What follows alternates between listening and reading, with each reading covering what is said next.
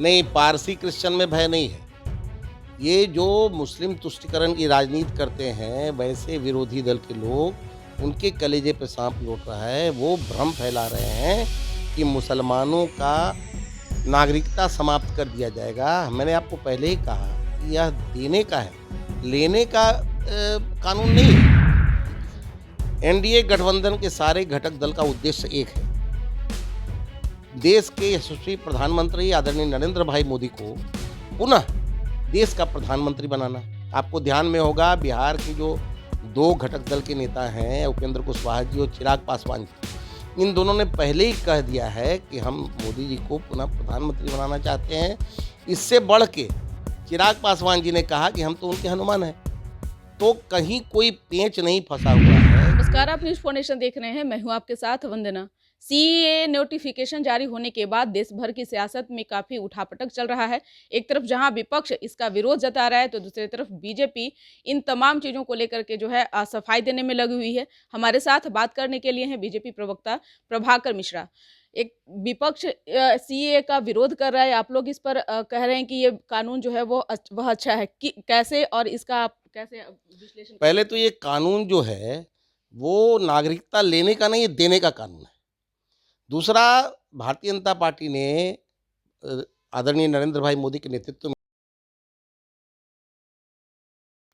लागू किया है, वो राष्ट्रहित में है।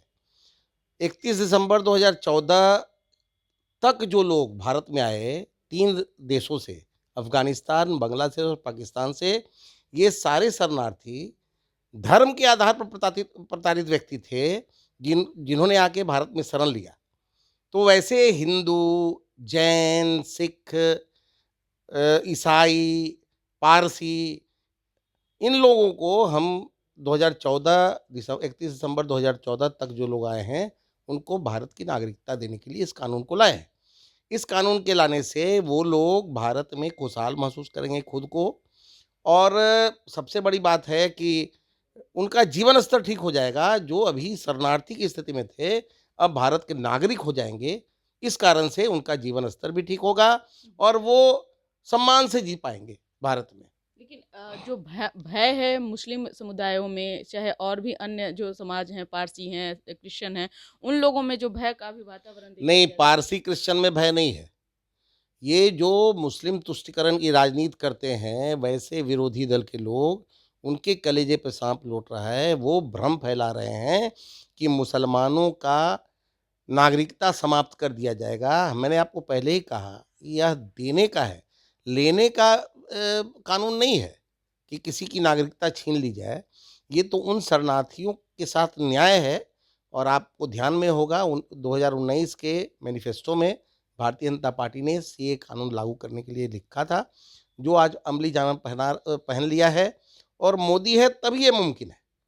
ये राष्ट्रहित में है। इसलिए इसका सबको सम्मान करना चाहिए, सबको भरोसा करना चाहिए आदरणीय मोदी जी पर। ये कोई विषय नहीं है। लोकसभा चुनाव सर पर है और अभी तक सीटों को लेकर के फाइनल नहीं किया गया है, प्रत्याशियों को लेकर के अभी तक चयन नहीं किया गया है। पेच कहाँ फंसा हुआ है और फंसने का कारण क्या है? देखिए, कोई पेंच नहीं है। एनडीए गठबंधन के सारे घटक दल का उद्देश्य एक है।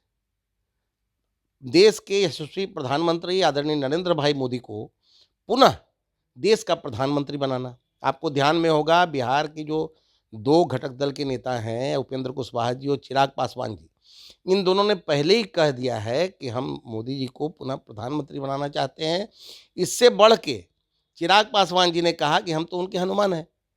तो कहीं कोई पेंच नहीं फँसा हुआ है। जो भी थोड़ा बहुत अड़चन है, उसको दूर कर लिया जाएगा। और सीट शेयरिंग तो कोई समस्या ही नहीं है बिहार में एनडीए के लिए। क्या अगर भविष्य में अगर कुछ ऐसा पेच फंसता भी है, तो क्या आप लोग उपेंद्र कुशवाहा और चिराग पासवान को सरेंडर करा देंगे?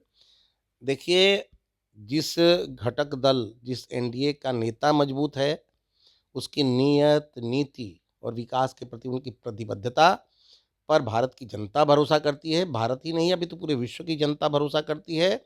और घटक दल के सारे दल के नेता उनकी बातों पर भरोसा करते हैं।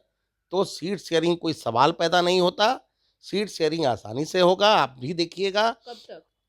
जल्द ही हो जाएगा, इसमें कोई अब समय लगने वाला नहीं है। उसका प्रारूप तैयार हो चुका है और वो जल्द ही घोषित कर दिया जाएगा हमारे केंद्रीय नेतृत्व के द्वारा। उसमें कहीं कोई अड़चन नहीं है और सबको स्वीकार्य होगा, ऐसा सीट शेयरिंग होगा। एक तरफ आप लोग कह रहे हैं कि सीट सीट शेयरिंग को लेकर के कोई पेंच फंसा नहीं है, दूसरी तरफ बिहार में नीतीश कैबिनेट के विस्तार को लेकर भी काफ़ी मंथन चल रहा है इस विषय पर। क्या लग रहा है इस बार बीजेपी का कौन-कौन लोगों का पत्ता कट रहा है, कौन-कौन मंत्री बन रहे हैं? क्या देखिए, कब तक होगा? माने मंत्रिमंडल का विस्तार जो है मुख्यमंत्री का विशेषाधिकार है। भारतीय जनता पार्टी और जदयू एक साथ मिलके सरकार चला रही है और भी दल हैं, हम हैं। तो हम लोग एक साथ मिलके सरकार चला रहे हैं और मंत्रिमंडल का विस्तार भी हो जाएगा, लेकिन विकास में बाधा नहीं है। अभी मुख्यमंत्री जी को मिलाकर 9 मंत्री हैं और 9 मंत्री नवरत्न की तरह हैं जो विकास की धारा को अवरुद्ध नहीं होने दे रहे हैं, निरंतर विकास का काम चल रहा है। हाँ, ये सही है कि मुख्यमंत्री जी विदेश से लौट आए हैं। जल्द ही मंत्रिमंडल का विस्तार भी होगा और जब विस्तार होगा, तो जिनके पास 9-9 विभाग हैं, जिनके पास 8 विभाग है, उनको थोड़ा हल्का होगा विभाग और द्रुत गति से वो काम कर पाएँगे, विकास की गति में तेज़ी आएगी और 36 के आसपास के मंत्री रहेंगे मंत्रिमंडल में, तो उसमें जो भारतीय जनता पार्टी का शेयर होगा, वो उनको मिलेगा।